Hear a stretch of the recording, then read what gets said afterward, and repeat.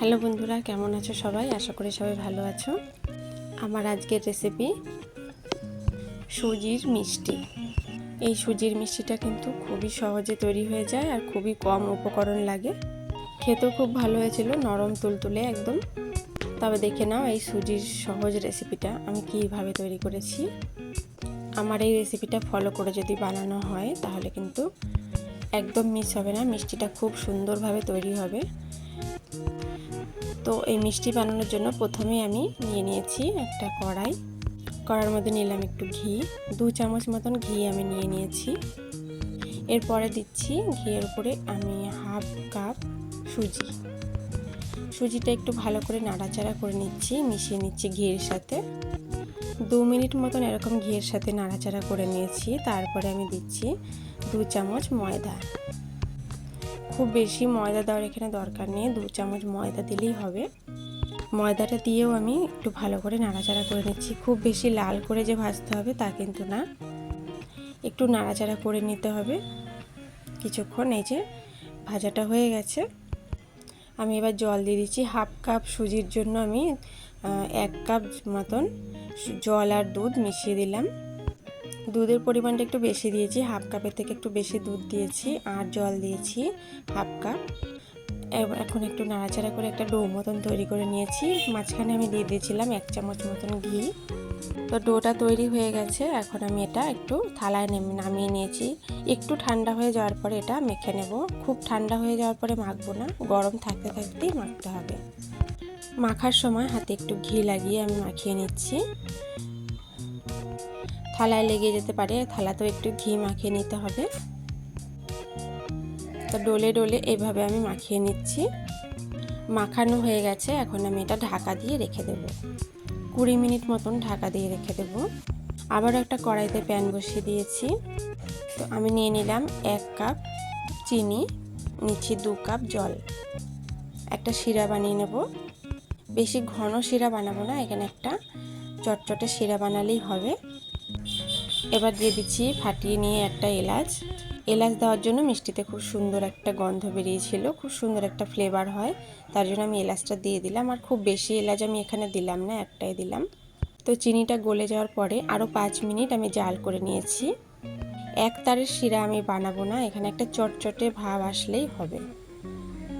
তো এখন শিরাটা তৈরি হয়ে গেছে, এটা আমি নামিয়ে সাইডে রেখে দেব। এবার আমি মিষ্টিগুলোকে বানিয়ে নেব। আমি নিজের পছন্দ মতন শেপ দিয়ে বানিয়ে নিয়েছি, আমার যেরকম ভালো লেগেছে। এটা কিন্তু লম্বা, গোল, চৌকো যেরকমভাবেই শেপটা দিয়ে নেওয়া যাবে। তো আমি একটু গোল করে এরকম চ্যাপটা করে একটা শেপ দিয়ে নিয়েছি। গোল করার সময় অনেকটা সময় ধরে এরকম গোলটা করতে হবে, তাহলে ফাটবে না। তো এইভাবে করে সমস্ত মিষ্টিগুলো আমি তৈরি করে নিচ্ছি। আমার চ্যানেলের ভিডিওগুলো যদি ভালো লেগে থাকে তাহলে চ্যানেলটা সাবস্ক্রাইব করে আমার পাশে থেকো, ভিডিওগুলোকে লাইক করো। দেখার পরে কেমন লাগলো কমেন্ট করে জানাতে ভুলো না। আর বন্ধুদের সাথে, ফ্যামিলির সাথে একটু শেয়ার করে দিও। মিষ্টিগুলো এবার আমি ভাজবো। তেলটা খুব বেশি যখন গরম হয়ে গেছিলো তখন আমি মিষ্টিগুলো ছেড়ে দিয়েছি। অল্প তেল গরমে ছাড়া যাবে না, মিষ্টিগুলো কিন্তু ফেটে যেতে পারে। হাই ফ্লেমে আর তেলটা বেশি গরম থাকবে, সেই সময় মিষ্টিগুলো ছেড়ে এরকম আমি হাই ফ্লেমে ভেজে নেব। তো আমি মিষ্টির পরিমাণটা একটু বেশি দিয়ে দিয়েছিলাম, মানে আমি যে কটা মিষ্টি বানিয়েছি সবগুলো আমি দিয়ে দিয়েছি। এখানে কিন্তু অল্প অল্প করে ভাজলে আমার মনে হয় বেশি ভালো হয়। আমার তাড়াহুড়ো ছিল, তার জন্য আমি সবগুলো একসাথে দিয়ে দিয়েছিলাম। তাতে করে কি উল্টানোর সময় একটু অসুবিধা হয়। আশা করি এই জিনিসগুলো খেয়াল রাখবে। তো মিষ্টিগুলো কিন্তু মনে হচ্ছে ফেটে ফেটে গেছে, আর কিন্তু এগুলো কিন্তু ভেঙে যাবে না। তো উপর থেকে একটু ফাটা ফাটা মতন দাগ ধরেছে। এই সময় আমি উল্টে দিচ্ছি, আর পিছনে অনেকটাই কড়া হয়ে গেছে, তখন আমি উল্টাবো, কাঁচা থাকতে উল্টাবো না। তো মিষ্টিগুলো একদমই ভাজা হয়ে গেছে, দেখে বোঝাই যাচ্ছে। আমি সাইডে চিনির শিরাটা রেখেছি, চিনির শিরাটা হালকা গরম বসিয়েছি, ওটা ঠান্ডা হয়ে গেছিলো। তো ভাজাগুলো থেকে তুলে নিয়ে তেলটা ছেঁকে ছেঁকে আমি ওই হালকা গরম শিরার মধ্যে দিয়ে দেব। তেলটা আমি একটু গ্যাস ওভেনে বসিয়ে নিয়েছি। তো খুব সুন্দর একটা মিষ্টি তৈরি হয়েছে আর খুব মুচমুচে হয়েছিল। মিষ্টিগুলো খুব নরম তুলতুলে হয়েছিল, দেখতেও খুব ভালো হয়েছে আর খেতে কিন্তু খুবই ভালো হয়েছিল। সবকটা মিষ্টি আমার এভাবে দেওয়া হয়ে গেছে।